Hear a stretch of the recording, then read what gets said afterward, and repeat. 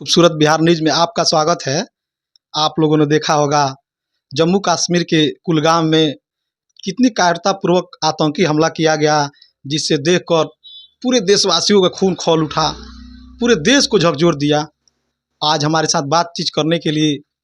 Bagaha police ज़िले से Lojpa are Ramvilas के जिला अध्यक्ष बड़े भाई इंजीनियर परितोष कुमार राय जी मौजूद हैं। इनसे बात करना चाहेंगे कि इन्होंने जम्मू कश्मीर के कुलगाम में जो आतंकी हमला हुई कितनी कायरतापूर्वक हुई, इनसे जानना चाहेंगे कि इनका क्या क्या कहना चाहते हैं। अध्यक्ष जी, जिस तरह से जम्मू कश्मीर के कुलगाम में आतंकी हमला हुई, कायरतापूर्वक हुई, इनके बारे में आप क्या कहना चाहते हैं? सबसे पहले मैं ये कहना चाहता हूँ कि जो विगत कुछ दिन पहले जम्मू कश्मीर के कुलगाम में जो कायरतापूर्ण आतंकवादी हमला हुआ, उस हमले में हम लोग के बीच के भाई बंधु जो शहीद हो गए, मैं उनके प्रति श्रद्धांजलि देता हूं और उन परिवारों के प्रति मैं शोक संवेदना व्यक्त करता हूं और घायलों को यथाशीघ्र स्वास्थ्य लाभ हो, इसके लिए मैं प्रभु श्री राम से कामना करता हूं। जैसा कि हम सभी देख रहे हैं कि आए दिन लगातार जम्मू कश्मीर में आतंकवादी गतिविधियां बढ़ती जा रही है। उसी आतंकवादी गतिविधि को रोकथाम के लिए हमारी जो केंद्र की एनडीए की सरकार है, पूर्ण रूप से अभियान चला करके आतंकवादियों का सफाया करने का काम किया। लेकिन दुर्भाग्यपूर्ण मैं ये कहना चाहता हूं कि जब वहां का सत्ता केंद्र सरकार के हाथों में था, जम्मू कश्मीर और भारत के सभी देशवासी अपने आप को सुरक्षित महसूस कर रहे थे। लेकिन ज्यों ही कुछ दिन पहले संवैधानिक रूप से जम्मू कश्मीर विधानसभा का चुनाव हुआ और वहाँ पे नया गवर्नमेंट बना, उसके बाद फिर पुनः लगातार आतंकवादी जो गतिविधियां हैं वो बढ़ती जा रही है और आज एक बहुत बड़ा एक दंश भारत को फिर झेलना पड़ा। कुलगाम में जो आतंकवादी हमला हुआ,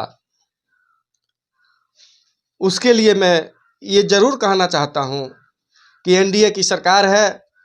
एक सशक्त प्रधानमंत्री हम लोगों ने भारत को दिया है और केंद्र में जो एनडीए की सरकार है, निश्चित रूप से इसका एक ठोस कार्रवाई उस आतंकवादियों के खिलाफ भी किया जाएगा, निस्तानाबूद करने का भी काम किया जाएगा और साथ ही साथ एक निर्णायक लड़ाई जो है उस आतंकवादियों को समाप्त करने के लिए और भारत और जम्मू कश्मीर को सुरक्षित करने के लिए फिर मैं यह आग्रह करना चाहता हूं अपने एनडीए के माननीय यशस्वी प्रधानमंत्री जी, माननीय गृह मंत्री जी और हमारे जो नेता हैं आदरणीय चिराग पासवान जी, सभी लोगों के माध्यम से मैं ये कहना चाहता हूं कि देशवासियों की सुरक्षा, जैसे हमारे प्रधानमंत्री जी का नारा है कि राष्ट्र प्रथम की जो भावना है, देशवासियों की सुरक्षा की जो प्राथमिकता उन्होंने गारंटी जो उन्होंने दे रखी है, उस गारंटी को सुरक्षित करने के लिए आतंकवादियों का सफाया जरूरी है। बस मैं यही कहना चाहता हूँ। तो आपने देखा हमारे साथ पुलिस जिला बगहा से लोजपा आर के जिला अध्यक्ष जो भी बात बोले, कितना अच्छा बात बोले। अध्यक्ष जी, हम लोगों ने कल्पना भी नहीं कर सकते हैं कि इस समय के दौर में भी हमला होगा, लेकिन हमला हो गया, ये तो बड़ी दुर्भाग्यपूर्ण है। तो क्या आपने सोचा था जैसा कभी हो सकता है? देखिए, मैं एक बात आपसे बताना चाहता हूँ कि 2014 से पहले हम अगर देखें जम्मू कश्मीर की स्थिति, तो वहाँ की स्थिति क्या थी। जैसे धारा 370 की बात हो या 35A की बात हो, 35A जो था आर्टिकल, उसकी बात हो, उस सभी को समाप्त करते हुए जम्मू कश्मीर जो एक दंश झेल रहा था, इतना जम्मू कश्मीर को हम लोग स्वर्ग के रूप में देखते हैं कि भारत का स्वर्ग है। पर्यटक के क्षेत्र में काफ़ी वहाँ पे संभावनाएं थीं, लेकिन 2014 के पहले उस जम्मू कश्मीर को पूर्ण रूप से भारत से अलग पृथक करके, जो कुछ लोगों के द्वारा साजिश रच के पृथक करके वहाँ के विकास को बाधित करने का काम किया, जम्मू कश्मीर और भारत को बदनाम करने का काम किया। उस सभी का समापन करते हुए, सर्जिकल स्ट्राइक करते हुए, जब केंद्र में हमारे 2014 में माननीय मोदी जी एनडीए की सरकार बनी, तो पूर्ण रूप से 370 भी ख़त्म किया गया, धारा 35 भी ख़त्म किया गया, और साथ ही साथ जम्मू कश्मीर की सुरक्षा की प्राथमिकता जो केंद्र सरकार के अपने मैनिफेस्टो में थी उसको पूर्ण करते हुए आपने देखा होगा कि उसी जम्मू कश्मीर में जहाँ कोई जाने के लिए हिम्मत नहीं करता था, जहाँ जिस जम्मू कश्मीर में कोई सैलानी नहीं जाता था, जिस जम्मू कश्मीर में कोई पर्यटक का कोई संभावना नहीं नजर आता था, उस जम्मू कश्मीर में माननीय प्रधानमंत्री जी और भारत के नेतृत्व में ग्लोबल समिट का आयोजन हुआ। ये बहुत ही गर्व की बात हम लोगों के लिए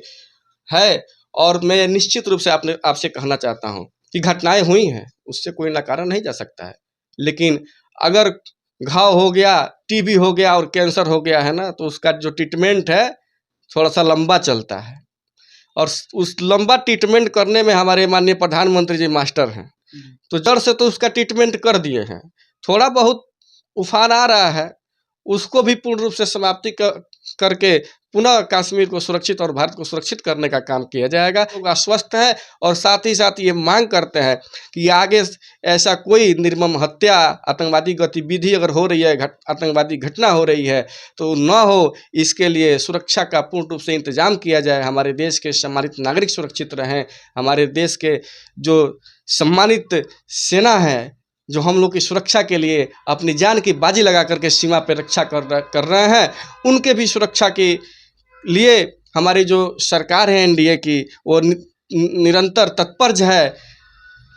आने वाले समय में मैं ये निश्चित रूप से कहना चाहता हूँ कि जिस विकास की राह पे जम्मू कश्मीर आज आगे बढ़ा है वो रुकने वाला नहीं है। हम सभी जानते हैं कि पूरे विश्व में आतंकवादियों का सबसे बड़ा ट्रेनिंग और हब कहीं है तो पाकिस्तान है। और जब कोई आतंकवादी हमला होता है, जात धर्म की बात नहीं है, उसमें हमारे हिंदू भाई भी मरते हैं, मुसलमान भाई भी मरते हैं, हर बिरादरी संप्रदाय के लोग जो है कि उससे उनको हानि होती है। अध्यक्ष जी,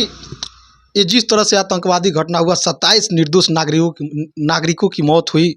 तो आप इन लोगों को कैसी सजा चाहते हैं कि दोबारा ऐसी घटना न हो? देखिए, ये जो भी हमारे 27 भाई बंधुओं का जो घटना हुआ, आतंकवादी घटना हुआ, दुखद जो मृत्यु हुई है, पूरा देश उन लोगों के साथ खड़ा है। आज पूरा देश आक्रोश के साथ उन पाकिस्तान के खिलाफ और आतंकवादियों के खिलाफ खड़ा है, उन सभी पीड़ित परिवारों के साथ खड़ा है। मैं ये जरूर कहना चाहता हूँ कि आने वाले समय में इस तरह का कोई निर्मम घटना ना हो, क्रूरतापूर्ण कायरतापूर्ण घटना ना हो, इसके पूर्ण रूप से रोकथाम के लिए निश्चित रूप से एक सफल कोई नीति बनाना चाहिए केंद्र सरकार को, जिससे हमारे देश के नागरिक सुरक्षित रहें। तो आपने देखा हमारे साथ लोजपा आर के जिला अध्यक्ष, जिन्होंने कितना अच्छा स्पष्ट विभागी से बात बोले और बोले कि आतंकवादियों को सख्त सजा मिलनी चाहिए, जो दोबारा ऐसी घटना करने से पहले 100 बार सोचे। बाकी हमने बेबाकी से इंटरव्यू लिया, इन्होंने बेबाकी से जवाब दिए। बाकी इस खबर के बारे में आप क्या सोचते हैं, कमेंट करके जरूर बताइएगा। आप देखते रहिए खूबसूरत बिहार न्यूज़। तब तक के लिए धन्यवाद।